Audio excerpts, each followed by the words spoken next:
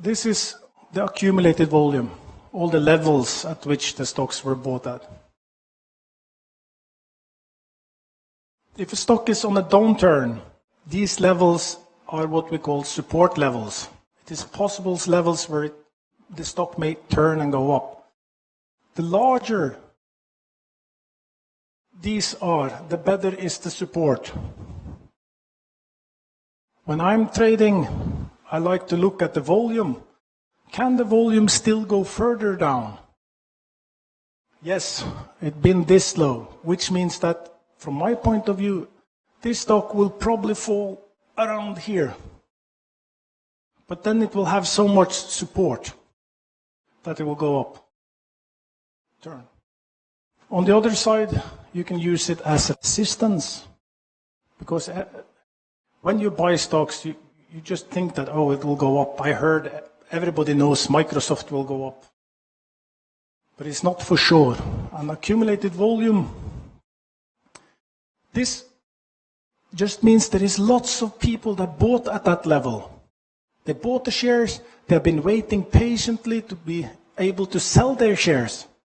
Because if you're sitting with a loss, all you want is to get out of the stock. Jesus, when the stocks get back to a certain level, I will for sure sell. That's the psychology behind it. That's why it becomes a resistance. Because, for instance, at the 50 level, people that bought the stocks at 50, they've been down to 45. They will think, oh, let's just get rid of it, get into a new stock. That's why it's becoming a resistance level.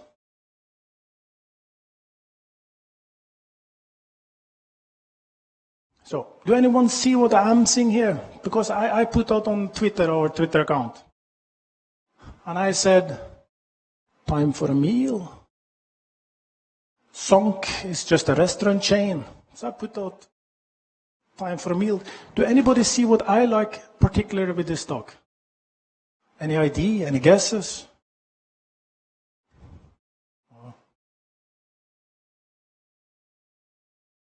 You see this level? There is no buying, no selling, which means that it's excellent level for trading.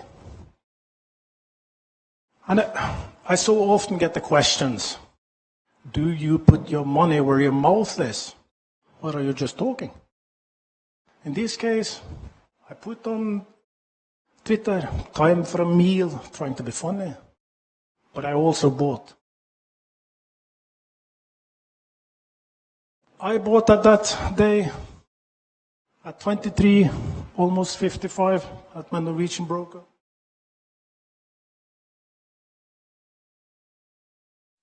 This is how it looks like now.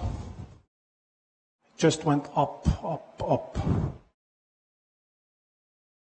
But I went 9th of November, I went on Twitter because I posted on Twitter, so I thought, is it time to sell maybe? Take the profit and sell. Because I could not stay in that stock. I had other things to do. So I sold my stocks there at 25.81. Doesn't sound like much, but still 9-10% is very good. And that was not in many days. That was 1 week of trading. So yes, sometimes I put my money where my mouth is. I put up don't be greedy, because I've been there myself. And I've seen so many friends trying to be greedy. They just want to sit in and trade, and you get on the down. The thing about trading, we can do stop loss. I'll show you stop loss. So you actually can enjoy the further ride. The relative strength index. You see the red color and the green color?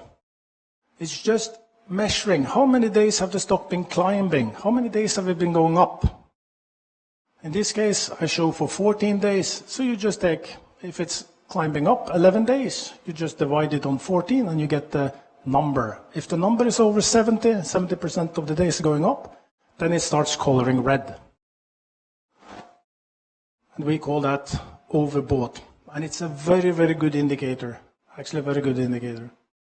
Look at previous history of the stock when it's being overbought. Can it go long in overbought, only short in overbought? And use that.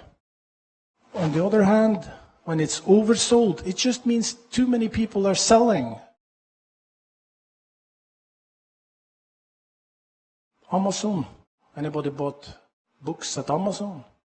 So this is Amazon. And we can see that these green and red, they are printed instantly in the chart. So it's not like it's printed 14 days later. We print it if it starts becoming overbought today. We start printing so you can see it. Excellent way of trading. But sometimes it may go very long and very hard in overbought.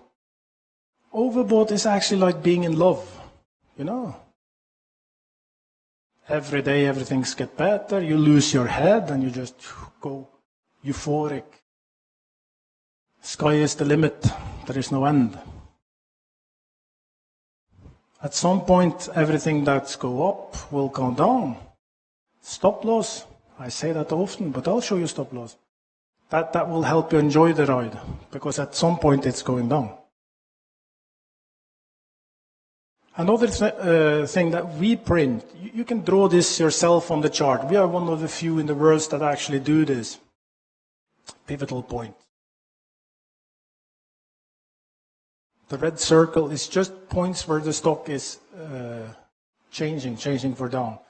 We have the top pivot and the bottom pivot. We can easily measure how much will it go between these points and say something about the likelihood when it's having a new point. Like at the very end it has a sell point. How far down will it go? You can just use statistics for that. Moving fast. Trends. Barclays. I think we are in something owned by Barclays, so we should have a Barclays chart. This is Barclays. Excellent if you bought that at $7. Could have sold it for 11 today. Major thing to learn. Let the trend be your friend. Stay in the trend. Buy stocks going up that has a solid trend. Just let the trend be your friend. If the trend is breaking, I'll show a few charts about that, but if the trend is breaking up, it just means that it will get into a stronger rising trend. We have what we call the trend roof and the trend floor, and you expect the stock to be moving within this. Somebody playing football? Manchester. Manchester is the best. You'll sit home drinking beer, watching TV. Everybody agrees Manchester is the best.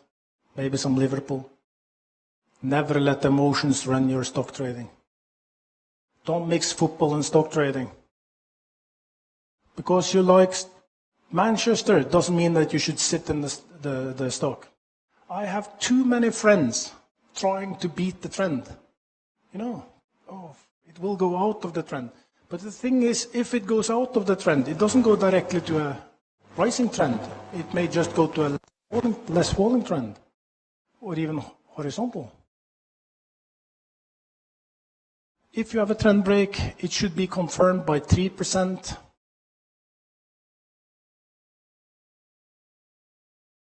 I like to say that it should be followed by the volume, which means that you should see very increase in the volume, otherwise it will just continue within the trend, trending down.